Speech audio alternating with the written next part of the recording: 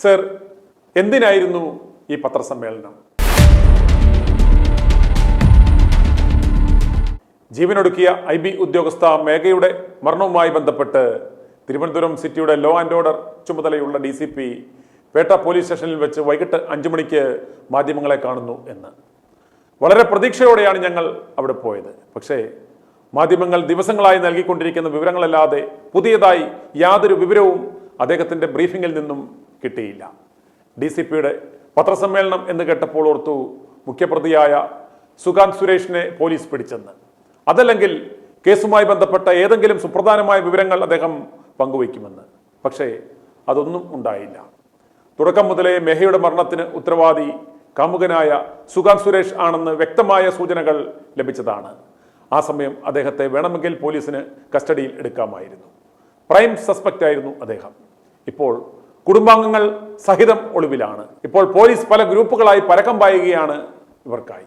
പോലീസിനുണ്ടായ ഈ വീഴ്ച വിവരിക്കാനായിരുന്നു ഈ press conference. Thiruvananthapuram city law and order ചുമതലയുള്ള DCP നകുൽ രാജേന്ദ്ര ദേശ്മുഖ് IPS നടത്തിയ മീഡിയ ബ്രീഫിംഗ് കാണുക. നമ്മൾ എടുത്ത സ്റ്റേറ്റ്മെന്റ് അനുസരിച്ച് അതിൻ്റെ ഏകദേശം ഒരു 3 ലക്ഷം വരെയുള്ള ഫൈനാൻഷ്യൽ ട്രാൻസാക്ഷൻ ആ കുട്ടി ചെയ്തിട്ടുണ്ട്. സോ ബേസ്ഡ് ഓൺ ദാറ്റ് നമ്മുടെ ഇൻവെസ്റ്റിഗേഷൻ ഫൈനാൻഷ്യൽ ചീറ്റിംഗ് പിന്നെ അതിൻ്റെ ബന്ധപ്പെട്ടുള്ള എക്സ്പ്ലോയിറ്റേഷൻ ഉള്ള സെക്ഷൻസ് ഈ കേസിൽ ചേർത്തിട്ടുണ്ട്. മേഘയുടെ പാരൻസ് വളരെ ഗുരുതരമായ അലിഗേഷനാണ് ഇയാൾക്കെതിരെ ഉന്നയിച്ചിരിക്കുന്നത്.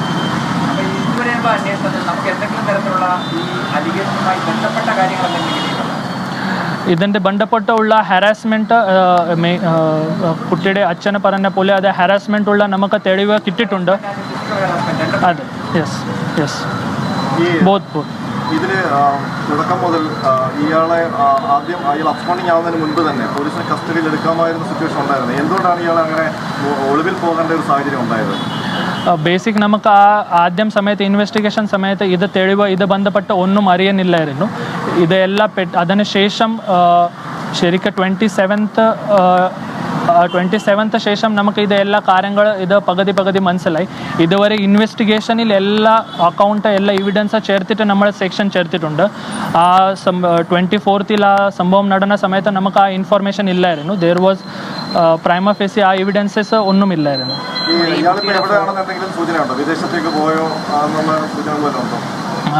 പ്രത്യേകിച്ച് നമുക്ക് ആ സൂചന ഇല്ല. ബട്ട് നമുക്ക് ലുക്കൗട്ട് സർക്കുലർ ഇഷ്യൂ ചെയ്തിട്ടുണ്ട്. ആളെ ഈ വിദേശത്ത് പോവാതെ വേണ്ടി നമുക്ക് ലുക്കൗട്ട് സർക്കുലർ എല്ലാ സ്റ്റേഷൻ തലത്തിൽ നിന്നും ഇഷ്യൂ ചെയ്തിട്ടുണ്ട്.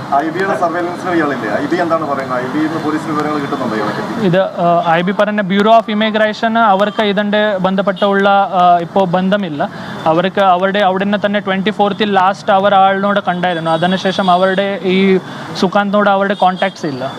ഈ കുട്ടിയുടെ ഫോണും ലാപ്ടോപ്പും അടക്കം പരിശോധിച്ചാൽ അതിലെവിടെയെങ്കിലും ത്രെറ്റ് അങ്ങനെ എന്തെങ്കിലും കണ്ടെത്തിയിട്ടുണ്ടോ? ഭീഷണിപ്പെടുത്തുന്ന എന്തെങ്കിലും തരത്തിലുള്ള അല്ലെങ്കിൽ ആ മൊബൈൽ പരിശോധിച്ചിരുന്നത് അങ്ങനെ എന്തെങ്കിലും? ഇത് ഈ ഫോൺ പൂർണ്ണമായ ഡിസ്ട്രോയ് ആയിട്ടുണ്ട്. സോ അത് ബന്ധപ്പെട്ട് നമുക്ക് ഇപ്പോൾ സ്റ്റിൽ ഇത് റിക്കവറി മോഡിലാണ്. ബട്ട് ആ ഫോൺ ഇല്ലാതെ നമുക്ക് ബാക്കി തെളിവുകൾ എല്ലാം കണക്ട് ചെയ്യുന്നുണ്ട് ടു മേക്ക് ഷുവർ ദാറ്റ് അത് റിലേഷൻ ആൻഡ് പിന്നെ ഈ ഫൈനാൻഷ്യൽ ട്രാൻസാക്ഷൻ എന്തായിരുന്നു അത് ബന്ധപ്പെട്ടുള്ള നമ്മളെല്ലാം കണക്ട് ചെയ്യാൻ പോകുന്നുണ്ട്.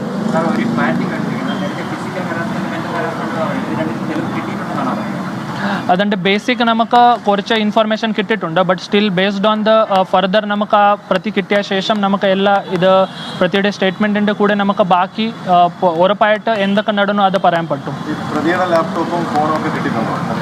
അതിൻ്റെ ഈ ഒരു ഫോണ് ഒരു iPad അത് കിട്ടിയിട്ടുണ്ട്. അത് നമ്മൾ പരിശോധനയ്ക്ക് വേണ്ടി കൊടുക്കും.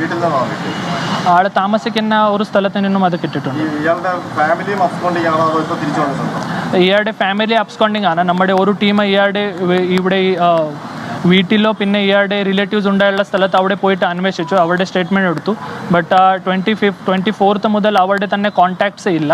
അതായത് കൊണ്ട് ഇപ്പോൾ ഫാമിലിയിൽ നമുക്ക് കോൺടാക്ട് ചെയ്യാൻ ഇതുവരെ പറ്റിയിട്ടില്ല. അതെല്ലാം അണ്ടർ ഇൻവെസ്റ്റിഗേഷൻ ആണ്. അതിൻ്റെ അത് ഉണ്ടെങ്കിൽ ഈ കേസുള്ള അതിൻ്റെ കണക്ഷൻ എന്താണ് അത് നമുക്ക് ഇപ്പോൾ കൂടുതൽ ഇൻവെസ്റ്റിഗേഷൻ ശേഷം മാത്രം പറയാൻ പറ്റും.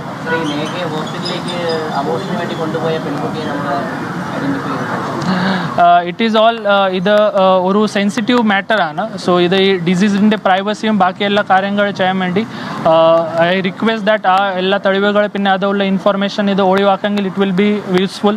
It is what we say agony to the parents also. So ആ രേഖകൾ നമ്മൾ പരിശോധിച്ച ശേഷം അത് കൂടുതൽ ഇൻവെസ്റ്റിഗേഷൻ ക്ഷേത്രം മാത്രം പറയാൻ പറ്റും. അപ്പോൾ ഈ ആൻറ്റിസിപ്പേറ്ററി ബെയിൽ ആപ്ലിക്കേഷൻ നിലനിൽക്കുകയാണ് കോടതിയിൽ. അപ്പോൾ അയാളെ അറസ്റ്റ് ചെയ്യുന്നതിന് പോലീസിന് എന്തെങ്കിലും തടസ്സമുണ്ടോ? അല്ല, അത് ബന്ധപ്പെട്ടുള്ള ഹൈക്കോർട്ടുള്ള നിർദ്ദേശം നമുക്ക് അത് ബന്ധപ്പെട്ട നിർദ്ദേശം ഇല്ല. നമുക്ക് അറസ്റ്റ് ചെയ്യാൻ ഒരു തടസ്സമില്ല. നമ്മുടെ 2 ടീം ഇയാളെ നോക്കാൻ വേണ്ടി പുറത്തുണ്ട്. എല്ലാ ടെക്നിക്കൽ ഇൻവെസ്റ്റിഗേഷൻ ടീം പിന്നെ ഫിസിക്കൽ ഇൻവെസ്റ്റിഗേഷൻ ടീം 2 ടീമായിട്ട് നമ്മൾ ഇല്ല നോക്കാൻ വേണ്ടി ഇത് ആൾക്കാർക്ക് പുറത്തുണ്ട്.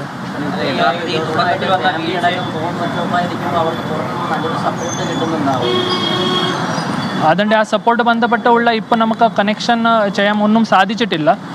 ഇത് ഈ മേജർലി ഇത് ക്യാഷ് ബേസ്ഡ് ട്രാൻസാക്ഷൻ ഉണ്ടാവാൻ സാധ്യത കൂടുതലാണ്. സോ നമുക്ക് ഇത് തെളിവ് കിട്ടെങ്കിലേ മാത്രം മനസ്സിലാവും. പെൺകുട്ടി ആദ്യം താമസിച്ചത് ഇവിടെ ആനയുടെ സ്ഥലത്തായിരുന്നു. പിന്നീട് പെട്ടെന്ന് താമസം മാറുകയാണ് ചെയ്തത്. നമ്മൾ എന്തുകൊണ്ടായിരിക്കും മാറുന്ന കാര്യങ്ങളെല്ലാം that is still not clear. ഇത് നമുക്ക് ഇത് ബന്ധപ്പെട്ടുള്ള നമുക്ക് ഇൻഫർമേഷൻ ഉള്ളൂ. ബട്ട് അതിൻ്റെ റീസൺ എന്താണ് നമുക്ക് ഇതുവരെ കണ്ടുപിടിക്കാൻ സാധിച്ചിട്ടില്ല. അപ്പം ഈ ഫാമിലി ആദ്യം മുതൽ തന്നെ സാമ്പത്തിക ചൂഷണത്തിൻ്റെ കാര്യമൊക്കെ പറയുന്നുണ്ടായിരുന്നു. പക്ഷേ അപ്പോഴും പോലീസ് കാര്യക്ഷമമായി ആ നിലയ്ക്ക് നിങ്ങൾ അന്വേഷണം നടത്തില്ല. ഇയാൾ ആ സമയത്ത് വേണമെങ്കിൽ കസ്റ്റഡിയിൽ എടുക്കാമായിരുന്നല്ലോ, മൊഴിയെടുക്കാമായിരുന്നു. ഇത് നമുക്ക് എല്ലാ when the family have raise this issues that time തന്നെ നമ്മുടെ ഇത് ആൾ നോക്കാൻ വേണ്ടി തുടങ്ങി. But that time before that only he was absconding.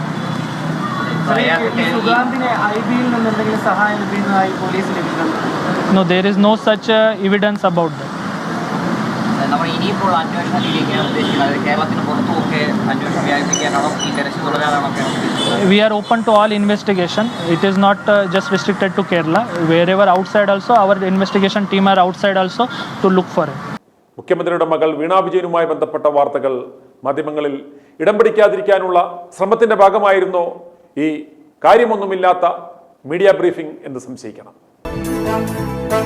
i2i News, an eye for truth.